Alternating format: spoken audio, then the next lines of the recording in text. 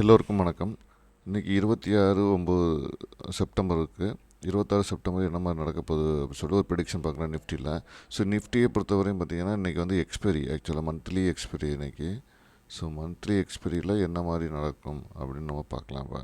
இப்போ பார்த்திங்கன்னா நேற்று க்ளோஸ் பண்ணது வந்து 26,000 வந்து க்ளோஸ் பண்ணியிருக்காங்க. ஸோ அங்கேருந்து பார்த்திங்கன்னா 26,65 பாயிண்ட், ஒரு 60 பாயிண்ட் ஏறுறதுக்கான வாய்ப்புகள் தான் இருக்கிற மாதிரி இருக்குது. ஸோ ஒன்று ஃப்ளாட்டாக இருக்குது தான், இல்லைனா இதுலேருந்து ஹெவி மூமெண்ட்டாக மேலே போகலாம், இல்லை கீழே வரலாம். ஸோ இதுதான் இருக்குது. அதேமாதிரி கீழே வரலாம் 25,942.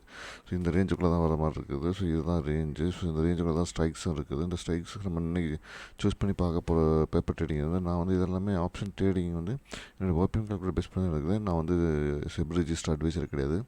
நிஃப்டி பேப்பர் ட்ரேடிங் தான் பண்ணி பார்க்குறோம். ஸோ ரியல் ட்ரேடிங்கோட எந்த அட்வைஸும் ரெக்கமெண்டேஷன் கிடையாது. இது முக்கியமான டிஸ்க்ளைமர்.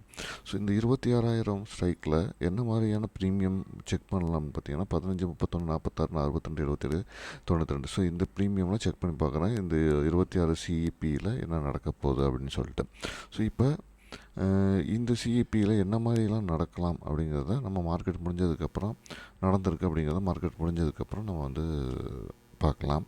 ஸோ இந்த வீடியோ உங்களுக்கு பிடிச்சிருந்தால் லைக் பண்ணுங்கள், கமெண்ட் பண்ணுங்கள், ஷேர் பண்ணுங்கள், மறந்துடாமல் சப்ஸ்கிரைப் பண்ணுங்கள். நன்றி, வணக்கம், தேங்க்யூ.